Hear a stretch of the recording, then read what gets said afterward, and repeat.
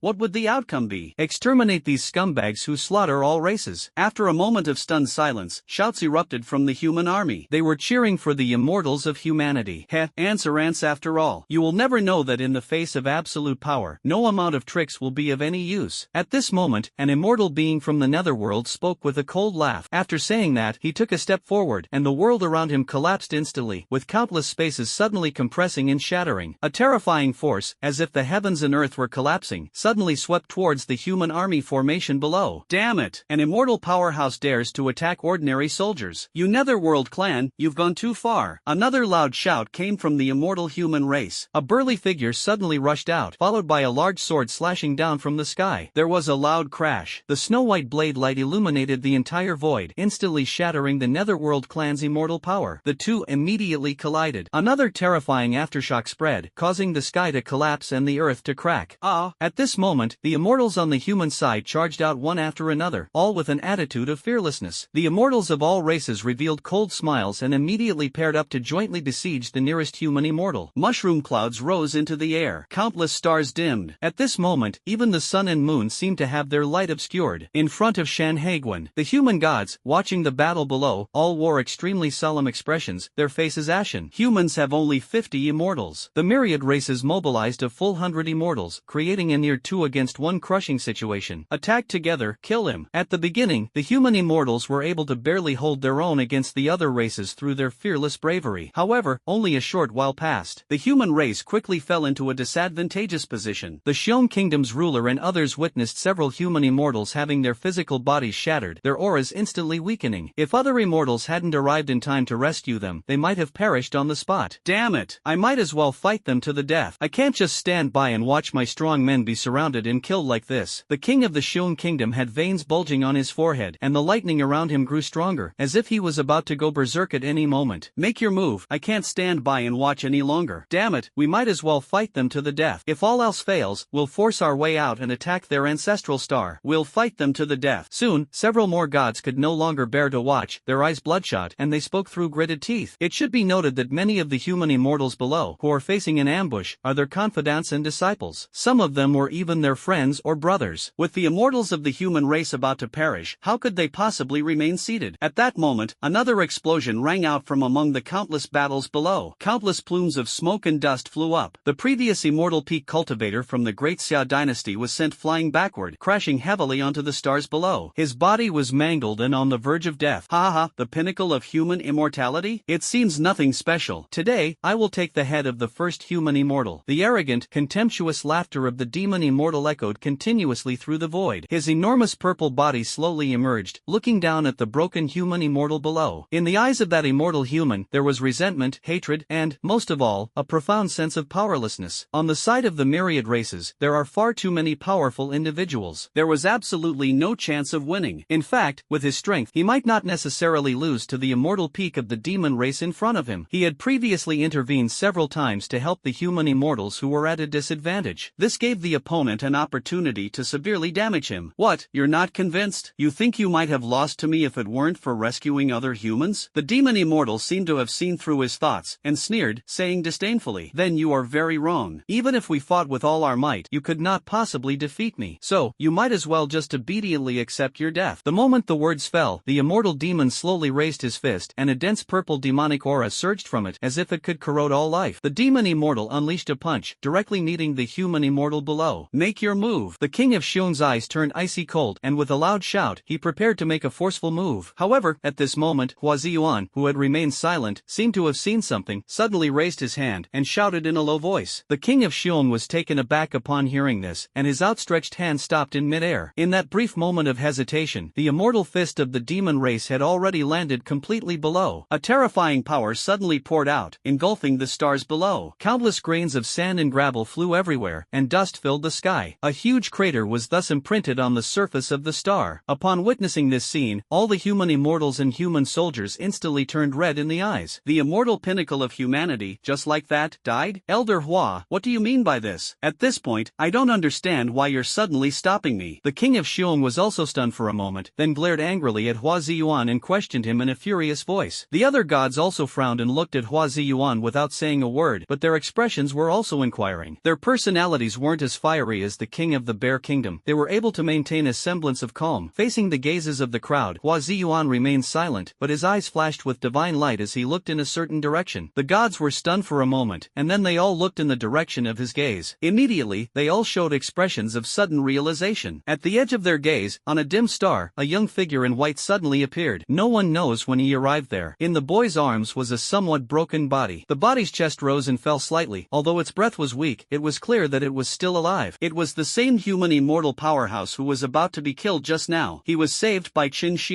Ignoring the gazes of others, Qin Xian gently placed the human immortal on the ground and directly infused him with several wisps of purple spirit creation flame. The purple spirit creation flame instantly enveloped the entire body of the immortal human. All the human gods witnessed firsthand that the human's immortal and broken body was recovering at a speed visible to the naked eye. In the blink of an eye, he recovered most of his strength. Nearly 100 immortals from all races looked in this direction, and upon seeing this, they all narrowed their eyes slightly. The demon immortal was taken aback at first, then a cold smile appeared on his face as he looked at Chen Xin in the distance and narrowed his eyes. You are the holy son of the human race? It seems you were the one who annihilated my vanguard of all races? Chen Xian slowly turned around, looked up, and gazed indifferently at the immortal demon. You scum of all races, are you ready to die? Chen Xian's indifferent voice, amplified by the energy, suddenly reverberated throughout the entire starry sky. Almost everyone, or even all races, heard these extremely arrogant words. Arrogant human brat. Don't think you're invincible just because you wiped out the vanguard of my myriad races. Today, I'll kill the human holy son for fun. A flash of anger appeared in the eyes of the demon immortal, and he quickly spoke with a cold laugh. The moment he finished speaking, he threw a punch at Chen Xian from a distance. The fist shattered the void, shaking heaven and earth. Chen Xian looked at him coldly, then transformed his finger into a sword and slashed out. A brilliant flame poured out from Chen Xian's fingertips, spreading out like ink on a painting before him. Wherever the firelight passed, the void was directly split in two. A flash of sword light suddenly illuminated the heavens and the earth. The immortal demon remained in the same fist-throwing pose. However, a clear line of blood slowly appeared on his face and body, spreading downwards. Suddenly, his burly body was split in two, and large amounts of blood splattered down. An immortal peak powerhouse of all races died just like that. It was cleaved in two by Qin Xian's sword. For a moment, the entire room fell silent. It was as if all sound had disappeared. Countless people stared wide-eyed in disbelief in a certain direction. There, a young man stood with his hands behind his back, a strange golden flame rising from his hands. The flames, like swordlight, cut down everything. Chen Xian simply stood there, and it was as if he were a vast army, pressing down on all the races of the heavens, making it hard for them to breathe. What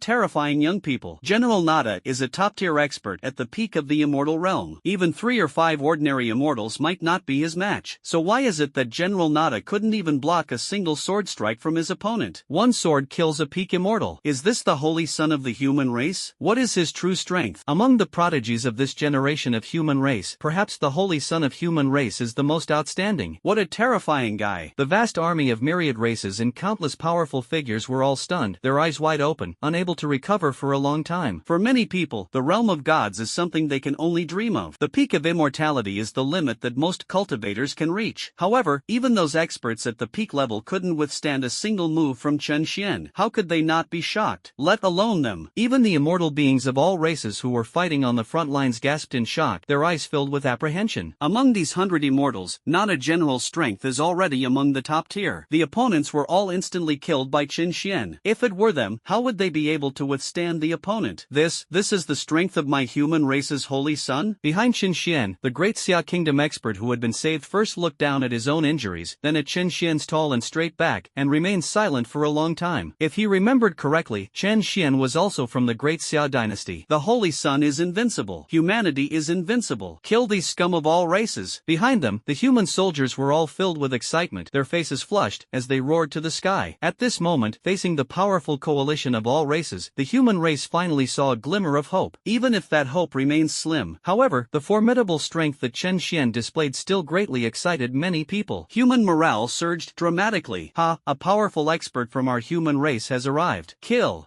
these bastards in front of us. My holy son of humanity has come to our aid. Who says humanity is destined to lose? We'll crush these myriad races. Dozens of human immortals roared repeatedly, unleashing powerful forces as they charged towards the powerful beings of all races before them. The battle has begun again. Flames filled the air, ice rain splashed everywhere, and countless energy orbs poured out in all directions as if they were free, illuminating the entire starry sky. Surround and kill that human holy son. At this moment, a grand and vast voice suddenly resounded from the distant void, as if it had pierced through eternity. Upon hearing this, all the the immortals of the myriad races tensed up. Then, many of them seemed to have received some kind of decree, and they abandoned their current opponents and rushed towards Qin Xian. 1, 2, 3. In the blink of an eye, 40 out of nearly 100 immortal beings from myriad races stepped forward. There are still 60 left, enough to suppress the immortals of the human race. The 40 immortals who emerged all locked onto Qin Xian and instantly attacked him. Let's join forces and kill this brat. No matter how strong he is, there is always a limit to his strength. That's right. No matter how strong he is, can he possibly be stronger than a god? Surround and kill this brat, and humanity will surely be wiped out today. The immortal beings of all races roared, suddenly gathering countless energies, which all rushed towards Qin Xian. A powerful demon gathered a raging demonic flame, which transformed into a sea of fire that spread directly toward the star where Qin Xian was located. A powerful member of the heavenly dragon clan roared to the sky, spewing out wisps of ice crystals from his mouth. The ice crystals condensed in space and shot towards Qin Xian like sharp swords. An immortal body of the netherworld race materialized into the heavens and earth, and every punch and kick carried a majestic heavenly might, pressing down on Qin Xian. A powerful member of the Shadow Clan merged into the darkness, seemingly disappearing into the starry sky. Suddenly, countless shadows transformed into sharp blades from the shadows beneath Qin Xian's feet, mercilessly slashing at him in the waist. Many immortal beings from all races attacked simultaneously. In an instant, Qin Xian was plunged into an intense killing intent, with almost no way to escape. That terrifying energy seemed to completely solidify the space where Qin Xian was, leaving him with no way to escape. The Holy Sun is in danger. The human soldiers' expressions changed, their eyes filled with worry. Damn it, what can those despicable bastards from all races do besides joining forces and bullying the weak with numbers? Some human immortals, their faces ashen, tried to save Qin Xian, but were quickly driven back by the immortals of all races before them. The very front of Shan Haiguan, the king of Xiong and others were also closely watching the battle below. Seeing Qin Xian being swallowed up by countless energies, their expressions all changed. Can that kid Qin Xian stop it? The Maple Leaf Kingdom's ruler frowned slightly, his expression full of worry. Qin Xian's explosive power and destructive force are already comparable to any immortal powerhouse. However, in the end, the other party was only at the level of a venerable. We are still quite far from achieving true immortality. Faced with the combined attack of so many immortal powerhouses, can he really withstand it? Should we make a move? The king of the Bear Kingdom also had a flicker in his eyes, as if he was making a final decision. However, at this moment, in the distant void, a tall figure with flowing purple hair and a robust build strode out. The figure treads on the void, and wherever it passes, countless spaces are burned, emitting a dark purple flame glow. The newcomer was none other than Quaid, the demon king of the Demon Clan. The moment Quaid appeared, his terrifying oppressive aura spread outwards without reservation. The king of Xiong and the others frowned instantly, looking at him with serious expressions. Quid, do you want to die? The king of the Xiong kingdom had a cold face, and the killing intent in his eyes was almost tangible. The moment he saw the demon king Quaid, he realized who was in charge of leading the various races this time. It was this guy right in front of me. The other human gods also had gloomy faces, but remained silent. The power of this Quaid demon king is indeed extremely strong. Of all the human gods present, probably only the king of Bear Kingdom and the king of Lighthouse Kingdom were qualified to say these words. Moreover, even they are only roughly equal in strength to this demon king Quaid. And after Quaid the demon king appeared. Underworld king of the Underworld clan, Winged Dragon king of the Celestial Dragon clan, Shadow king of the Shadow clan, Underworld king of the Underworld clan. One by one, the gods of all races ceased to conceal themselves, instantly revealing their true forms, their powerful auras locking onto the human god before them. What they need to do is prevent the human gods from interfering. King of the Bear Kingdom, and everyone else, please calm down. This holy son of the human race is going to die no matter what. There is no room for discussion on this matter. If any of you insist on interfering, we wouldn't mind a battle at the god level breaking out right now. But how many of your human soldiers will be left then? Quaid the Demon King spoke with a cold laugh. Upon hearing this, the king of Xiong and the others turned grim, gritting their teeth in anger. The human race is relatively weak overall. Moreover, they have even fewer top-tier experts on their side. Once a battle at the level of gods breaks out, the human gods simply cannot spare the care to protect those below them. At that time, the human race will surely be plunged into a bloodbath at Shan Haiguan Pass, with countless humans perishing instantly. The threat posed by the Demon King Quaid could be described as a fatal blow. Even if the king of Xiong and others were unwilling, they could only swallow their anger and resentment. The human race has countless resources and many geniuses. Why should we sacrifice the lives of others for a mere holy son? Perhaps, once that human holy sun falls, all the races will withdraw their troops? The Pterosaur king chuckled and spoke in a nonchalant tone. The Shadow King of the Shadow Clan nodded and said in a sinister tone, "The holy son of humanity is doomed. Why don't you, my lords, observe how many immortal beings from my myriad races he can slay before his death?" Hades responded immediately upon hearing this, and after seemingly pondering for a moment, spoke calmly. I bet at least 10 immortals will die at his hands. Hades' assessment of Chen Xian's strength was already quite high. Fighting 40 immortals alone, and still managing to kill 10 of them, is an extremely terrifying feat. However, Quaid shook his head and smiled faintly. I think he could kill at least 15 immortals. All the creatures of every race were making bets as if no one else was around. It seemed that they didn't take the human god in front of them seriously at all, and didn't even care about the immortal powerhouses below. After all, the allied forces of all races consisted of many races, and they were not entirely of one mind. The loss of a few more immortals in the other factions is actually a good thing for their own races. Boom, boom, boom. It doesn't matter how many powerful figures from the myriad races die, as long as they aren't from our own race, it doesn't matter. They even applauded the human race. This is the thought of the vast majority of powerful beings from all races. Otherwise, all races would have long since coalesced into a single, unbreakable force, and the human race would have been wiped out 800 times over. Hua Ziyuan stood around the 8 human gods, his surroundings dim and giving him an inconspicuous appearance. Even the gods of all races were only interested in watching the battle, at most exchanging a few words with the 8 human gods. From beginning to end, it seemed that no one paid attention to the frail old man's figure in the corner. However, Hua Ziyuan didn't care. Suppressing his emotions, he quietly transmitted his voice to the king of Xiong Kingdom, saying, "When Chen Xian suppresses the immortals of all races, don't hesitate, attack the demon king Quaid directly." Hua Ziyuan's instructions were simple. Chen Xian's victory will surely shock the gods of all races, making this the perfect opportunity for them to launch a sneak attack. The king of Xiong was slightly startled, but nodded imperceptibly. Hua Ziyuan is really confident in Chen Xian's abilities. This is absolutely unbelievable. Chen Xian actually has a chance of winning against 40 immortals from all races. Well, let's try anything, even if it's a long shot. The king of Xiong Kingdom had no doubts and quickly made a decision. As for launching a sneak attack on Quaid, wouldn't that be a bit shameless? The king of the Bear Kingdom doesn't care about these things. All races have started to unite, intending to bully the weak with numbers. Why should they still talk about martial ethics with the other side? If given the chance, he would even love to launch a sneak attack and instantly kill the demon king Quaid. Hua Ziyuan quickly transmitted his voice to the other gods. Upon hearing this, all the gods frowned secretly, and after a long while, they all nodded imperceptibly. When Chen Xian won, they immediately struck, catching all the races off guard. Quaid and the others were still completely unaware of this, as if they had already concluded that Chen Xian was doomed. On those dim stars, the powerful figure from the Great Xia Kingdom had already escaped by burning his life essence after being reminded by Chen Xian. Therefore, they were not swept away by the terrifying energy before them. At this moment, he looked down at the stars that were completely swallowed by various energies, his mouth agape, speechless for a long time. The Holy Sun, is he dead? The powerful figure from the Great Xia Kingdom opened his mouth, somewhat incredulous. He simply couldn't believe that Chen Xian, who had been invincible just a moment ago, would be defeated so easily. The Holy Sun will not lose. Or rather, the Holy Sun will never lose so easily. Below, terrifying energy fluctuations continued to sweep across the area. Everyone was stunned. On the stars, all the soil and gravel were pulverized and turned into dust that scattered in all directions. The 40 immortal beings of myriad races showed no sign of holding back, continuing to bombard the spot where Chen Xian stood. The originally small star was destroyed, with nearly 1/5 of it being blown up. That kid should be dead, right? One of the demon immortals frowned, speaking with some uncertainty. It's not that they're overthinking things. The scene where Chen Xian instantly killed the Nada general was simply too terrifying. If Chen Xian is given a chance to retaliate, no one can guarantee that they won't be the next ones to be instantly killed. Your Highness, you won't lose, right? Behind the human race, an old man with gray hair and a pale face opened his mouth and spoke in a dry voice. Beside him, a robust middle-aged man shook his head, his eyes filled with determination. Father, no. The Holy Sun is so strong, he definitely won't lose. The father and son were none other than the 2 human veterans that Chen Xian had encountered in Shanghai City. They almost all held their breath, staring intently at the spot where Chen Xian had just stood, silently praying. Chen Xian seems to be the only hope for their human race in this battle. He was also the only one who brought them hope. If Chen Xian loses, the morale of the human race, which has just risen, may collapse at any moment. Go, Holy Sun. Suddenly, someone shouted something loudly. What the hell is this? The others quickly realized what was happening and joined in the shouting. Go, Holy Sun. The Holy Sun will not lose. War. Humanity will prevail. One roar after another echoed through the heavens and earth. Just then, on the dim star that was filled with dense energy and had been blasted into a large dent, a strange lotus flower suddenly bloomed. 7-colored Buddha's wrathful flames refined. The lotus flower suddenly grew larger the moment it appeared, illuminating the entire starry sky with 7 colors. Then, the lotus flower bloomed directly. A burst of white light erupted without warning, blinding everyone. The heavens and earth paled, and the sun and moon lost their light. In the boundless starry starry sky, as a 7-colored lotus flower blooms, all the light is obscured, leaving only a blinding white light. Countless people were blinded by the stinging. At this moment, those closest to Chen Xian were none other than the immortal beings of all races who had come to besiege and kill him. These immortal beings of all races felt an overwhelming fear the moment the 7-colored lotus bloomed. This is a crisis of death. After reaching the level of immortality, one has already touched upon the level of the Great Tao. Therefore, with the support of the power of the Great Tao, they reacted instantly, their figures transforming into streaks of light as they rapidly fled into the distance. This fiery lotus is terrifying. If they don't escape, they will all die. In the boundless starry sky, at the center of everyone's attention, the fiery lotus flower rapidly expanded and then suddenly exploded. The flames suddenly engulfed everything. Countless voids vanished in an instant, turning into nothingness. 4 or 5 immortal beings from various races were unable to escape and were caught in the terrifying flames. They didn't even have a chance to struggle before they turned into handfuls of ashes and vanished from the world. Apart from them, the other immortals, though barely escaping the range of the fire, still suffered considerable damage and bled profusely. Cough cough. What is this fiery lotus? Why is it so terrifying? One of the netherworld immortals turned deathly pale, his face showing an expression as if he had seen a ghost. Damn it! This human holy son actually has such a trump card. We absolutely cannot give him a chance to grow stronger. We must kill him today. A powerful demon, his eyes blazing with fury, gritted his teeth and spoke. In his attempt to escape, he burned a large amount of his life essence, causing his cultivation level to drop to the mid-stage of the immortal realm. His original cultivation level was at the late stage of immortal realm, and he was about to break through to the peak, thus having the opportunity to pursue the chance to become a god. However, all of this was ruined by Chen Xian. How could he not hate that? That fiery lotus attack just now was probably just the human saint's last stand, right? He couldn't have survived our combined attack unscathed. An immortal from the Heavenly Dragon Clan said with a gloomy face. Their Celestial Dragon Clan is incredibly unlucky. In that battle many years ago, the one that besieged the great Xia King, almost half of the fallen gods of all races were from their Heavenly Dragon Clan. The terrifying killing move that Chen Xian just unleashed caused the fall of 5 immortals, 4 of whom were from their Heavenly Dragon Clan. So, the human race just targets and kills the strong members of their Heavenly Dragon Clan? In the distance, the gods of all races watched this scene and all frowned. Quaid narrowed his eyes and gave a cold snort. A bunch of useless trash. They can't even handle a mere venerable realm brat. They've truly disgraced our allied forces of 10,000 races. In his view, it was almost a certainty that 40 immortals would surround and kill Chen Xian. There may be sacrifices among the myriad races, but Chen Xian should be certain to die. Unexpectedly, even after all this, Chen Xian still managed to kill 5 immortals. Today, the number of immortal beings from all races who have died at Chen Xian's hands has reached 6. That kid's still alive. What are you all standing around for? Quick, join forces and kill him. At this moment, the winged dragon king of the Celestial Dragon Clan also looked grim and shouted in a deep voice. His voice was like thunder, blasting through the endless void, shaking heaven and earth, and carrying a terrifying killing intent. For more immortals of the Heavenly Dragon Clan have fallen, and his heart is bleeding. An immortal being is a top-tier existence in any race. The death of one is a loss. If he doesn't kill Chen Xian, he won't be able to go back and explain to the Heavenly Dragon Emperor. Above Shan Haiguan, the 8 human gods, along with Hua Ziyuan, stared intently at the small star below, their expressions showing surprise, but even more so, delight. Chen Xian is truly a man of many tricks up his sleeve, and his methods are unfathomable. Maybe that kid actually has a chance of winning? Even the king of Xiong couldn't help but have such thoughts. He even found it somewhat absurd. But now, all they can do is trust Chen Xian. The Sakura Kingdom's ruler also looked at the star where Chen Xian was, as if she could still see that indifferent-eyed, extraordinary young man through the swirling dust. This young man is truly becoming more and more like the king of Xia. The former king of Xia was just as powerful and invincible as he was. However, the Sakura Kingdom ruler quickly withdrew his gaze and refocused his attention on the myriad gods of the distant races. It seems like they're always preparing for something. Below, on that small star. As the dust settled, the figure of the white-clad youth was revealed. The boy's clothes were somewhat tattered, but his expression remained as calm as ever. There was not a trace of injury on his exposed skin. It was as if they had never been attacked at all. Next, who wants to die? Chen Xian slowly raised his head, his cold gaze sweeping over the immortals of all races above him, his tone indifferent and devoid of any emotion. With just a simple sentence, the surrounding void seemed to freeze. Those dozens of immortal beings from all races suddenly felt a strong sense of crisis. Oh no! Get out of the way! An immortal from the netherworld seemed to have seen something. His expression instantly changed, and he subconsciously spoke up to warn them. In his gaze, Chen Xian suddenly disappeared from the spot. In the blink of an eye, he appeared in front of an immortal of the Heavenly Dragon Clan and threw a punch. Another burst of flames filled the air. The dragon immortal's expression changed drastically that day, and he only had time to hurriedly defend himself. However, However, the physical strength that Chen Xian possessed at this moment was far beyond what a mere immortal like him could withstand. There was a loud bang. That day, a large hole was blasted into the immortal chest of the Dragon Clan. Then, terrifying flames, like maggots clinging to a bone, instantly engulfed the immortal body of the heavenly Dragon Clan. In the blink of an eye, his body was burned to ashes. Another immortal being fell on the spot. This is the 7th person today. Upon witnessing this scene, all the immortals around them twitched their eyelids, their faces filled with horror. Chen Xian has actually killed another immortal. Don't just stand there, join forces and kill him. After the initial shock, they quickly recovered and attacked Chen Xian again. In an instant, countless terrifying attacks came crashing down on Chen Xian. Countless spaces were shattered. A torrent of energy raining down on Chen Xian as if it were free. Upon seeing this, Chen Xian's eyes turned cold. He raised his hand and summoned the purple spirit creation flame within his body, while simultaneously suppressing the void with the 9 nether dark prison flame. Most of the energy rain was blocked by the 9 netherworld dark prison flame. Even if some remained, he used his powerful physical body and the strong regenerative power of the purple spirit creation flame to completely neutralize it. Chen Xian took a step forward, his figure disappearing from the spot like a ghost. He transformed 2 fingers into a sword and slashed it fiercely into the void in front of him. The boundless starry sky seemed to have been split in two by this sharp sword. Directly in front of the spreading sword light, the pupils of an immortal demon shrank abruptly. He tried to escape, but it was too late. As the sword flashed, the immortal body of the demon was cleaved in two. Large swathes of blood gushed out. Another immortal has fallen. From the moment the immortals of all races began their siege of Chen Xian until Chen Xian made his move, a total of 8 immortals perished in just a short time. This scene truly made everyone around, who witnessed it, widen their eyes in astonishment. The Holy Sun is too strong, isn't he? The Holy Sun is invincible. The Holy Sun is mighty. With the Holy Sun here, our human race will surely win this battle. Countless human soldiers were shocked, their mouths agape, their gazes towards Chen Xian filled with admiration. However, the shock to everyone was only just beginning. After killing the demon immortal, Chen Xian charged out again, unleashing another blazing sword finger strike. Another immortal being of the netherworld race was killed on the spot. The heavens and earth trembled once more. Blood rained down from the sky, turning the entire starry sky red. It seemed as if heaven and earth were weeping for these fallen powerhouses. The 9th immortal has fallen. Chen Xian's killing spree continued. The blazing sword finger technique was wielded to its fullest extent by Chen Xian, its terrifying killing power shocking the entire audience. With each strike he unleashed, an immortal powerhouse fell. In just a few breaths, Chen Xian unleashed more than 10 sword strikes in succession, and more than 10 immortals from all races who came to besiege him perished. Including the 9 immortals who fell earlier, the total number reached 23. The 40 immortal experts from all races who came to besiege Chen Xian were killed by him in the blink of an eye, with more than half of them being slaughtered. Chen Xian, single-handedly, directly killed 23 immortals. Such a record is almost unprecedented. Even gods and powerful beings rarely achieve what Chen Xian has. It's not that Chen Xian is stronger than a god. Instead, when facing a god-level powerhouse, any immortal who isn't foolish would never provoke them. They would stay as far away as possible. It's simply impossible for them to be foolish enough to rush in and surround and kill the enemy. Therefore, a feat like Chen Xian's, where he killed more than 20 immortals in a single battle, has almost never happened before. Moreover, to everyone's astonishment, killing more than 20 immortals did not seem to be Chen Xian's limit. His killing spree continues. In the boundless starry sky, Chen Xian suddenly threw a punch, causing countless spaces in front of him to explode, and another immortal was directly blasted to death on the spot. The 24th immortal has fallen. No way. Run, run. This guy is a monster. There's no way we can win.